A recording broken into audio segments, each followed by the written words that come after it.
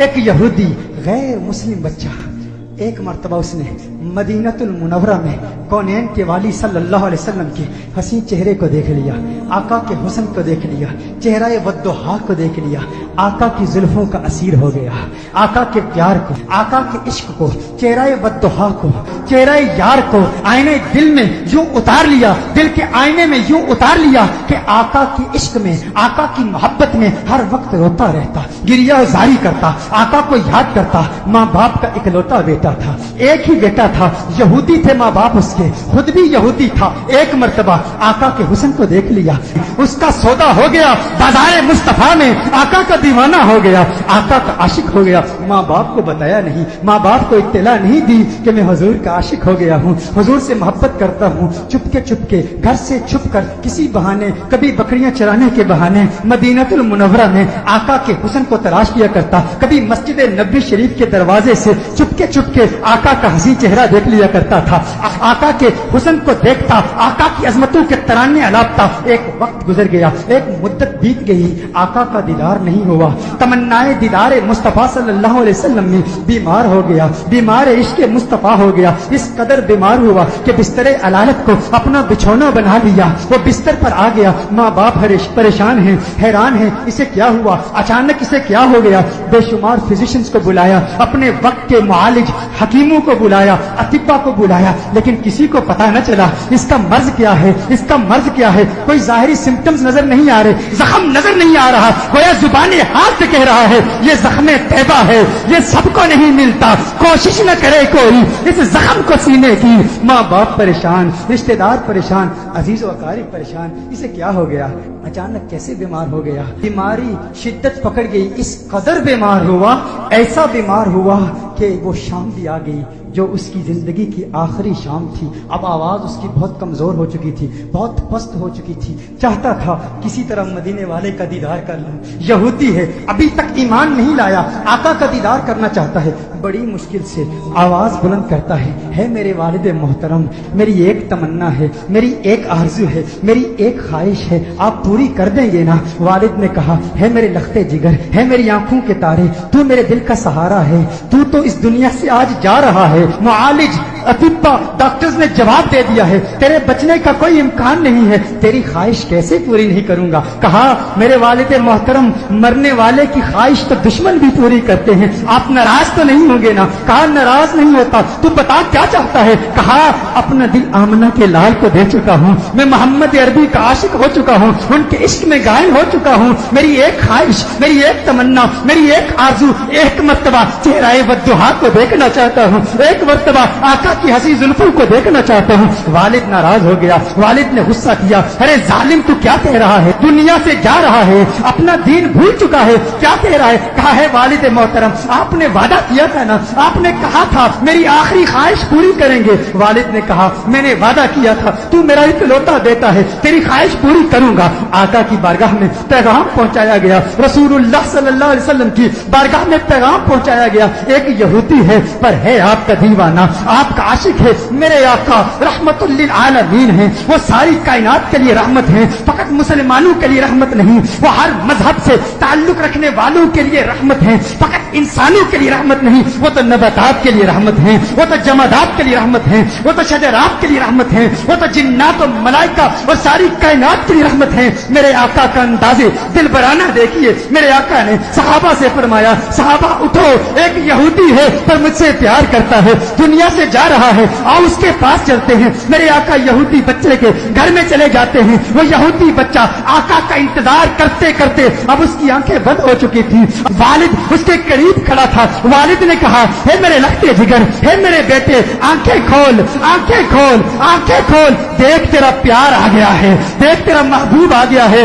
ارے جس کے دیدار میں تو راتوں کو روتا رہتا تھا، آج دیکھ تیرا محبوب آ گیا ہے۔ اس کی جاتی ہوئی روح گویا اپنے महबूब का नाम सुन के लौट आई, आंखें खोलता है, आका का चेहरा देखता है, आका से अर्ज करता है, कहता है या रसूल अल्लाह सल्लल्लाहु अलैहि वसल्लम, आका आपका हसीन चेहरा देखने का ख्वाहिशमंद था, आज दीदार हो गया। एक तमन्ना, एक आरज़ू, या रसूल अल्लाह मेरे पास कोई नमाजें नहीं है, मेरे पास कोई रोजे नहीं है, कोई इबादत नहीं की, मुत्तकी नहीं हूँ, कुरान का कारी नहीं हूँ, कुछ भी नहीं है, फकत आपका प्यार है। या रसूल अल्लाह क्या मेरी निजात का इम्कान भी है, क्या मेरी निजात भी हो सकती है? या रसूल अल्लाह क्या मुझे भी मग़फ़िरत का परवाना मिल सकता है? आका ने इरशाद फरमाया, हाँ कलिमा तौहीद पढ़, मैं तेरी निजात की जमानत देता हूँ। वो आका के कदमों में गिर जाता है, आका के कदमों में गिर के कहता है, मंजिले कब्र से लेकर दुखूले जन्नत तक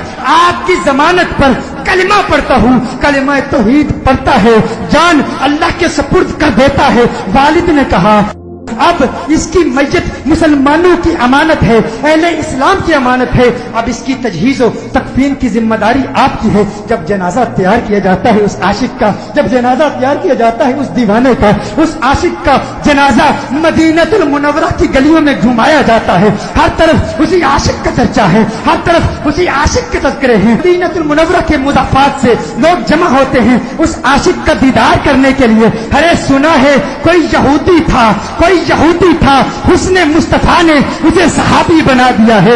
उसने आका का दीदार किया। गौर कीजिएगा, नमाज नहीं पढ़ी, इबादत नहीं की, रोजा नहीं रखा, जिहाद नहीं किया। मेरे गौस के मुजाहदात को याद कर लीजिए, मेरे बाबा की मेहनतों को याद कर लीजिए, ख्वाजा गरीब नवाज की जहद को याद कर लीजिए, ख्वाजा बाकी बिल्ला की मेहनतों को याद कर लीजिए, इमाम आजम अबू हनीफा की फकाहत को याद कीजिए, इमाम अहमद बिन हम्बल की जिद्दोजहद को याद कीजिए, इमाम शाफई की फकाहत को याद कीजिए, इमामों की फकाहत, हिम्मत, जिद्दोजहद, मुजाहिदों, रियासतों को याद कीजिए।